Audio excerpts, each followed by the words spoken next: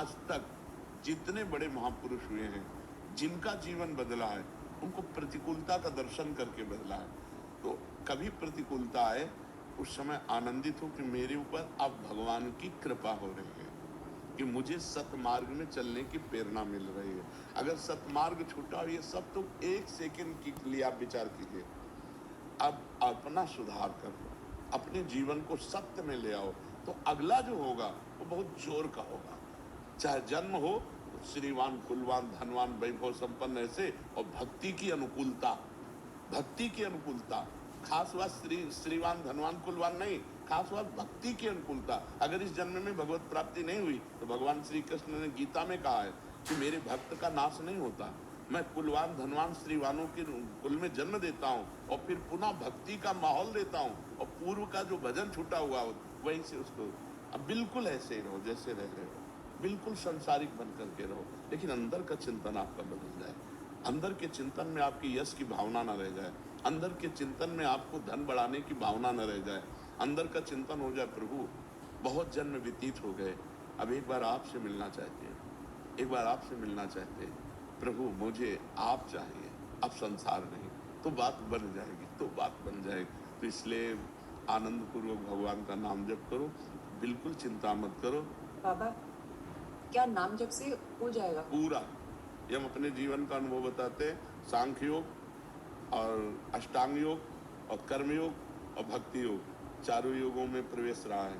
पहले हम सन्यासी रहे 20 वर्ष सन्यासी रहे काशी विश्वनाथ जी, तो हम सांख्य योग, अष्टांग योग, जो अष्टांग योग है ना, अष्टांग योग, कर्म योग, इन तीनों को अच्छी प्रकार जान करके और फिर भक्ति योग में आए हैं।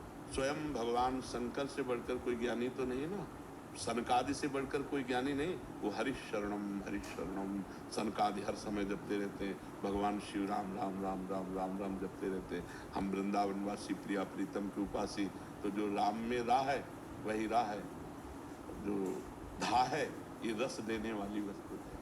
तो हम राधा राधा राधा राधा, मतलब आप ये समझो कि हमारी इतनी तार्किक बुद्धि रही, हमारी श्रद्धालु बुद्धि नहीं रही। सन्यासी की जो बुद्धि होती है वो तर्क प्रधान होती है, कसौटी पर कसने पर। तो हम केवल भावुकता में राधा राधा का प्रचार नहीं कह रहे कि हमने सुना और ऐसे ग्रंथों में पढ़ा और ऐसे कह रहे, स्वयं स्वाद लेके कह रहे और विश्वास के साथ कह रहे कि यदि आप राधा राधा जपते हो तो इसी जन्म में भगवत प्राप्ति हो जाएगी, इसी जन्म में। जैसे किसी से कहा जाए कि तुम सत्य बोलो, मंदिर में चढ़ के बोलो, तो हम मंदिर में नहीं, हम वृंदावन में बैठे, करोड़ों मंदिर इसकी समानता नहीं कर सकते, भगवान का परम धाम है।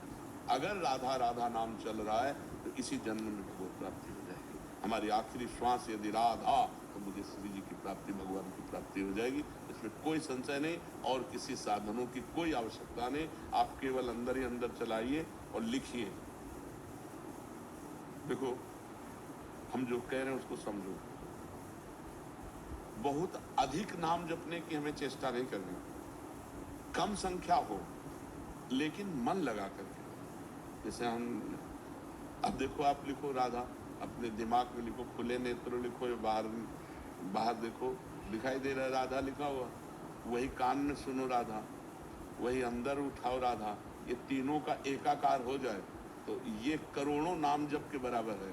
देखो, जैसे हम बोला राधा, ऐसे हम 1000 राधा नाम बोले तो हम बोला राधा, ये उपांशु है, इसे उपांशु कहते हैं। राधा राधा राधा राधा 1000 बार, ये उपांशु था।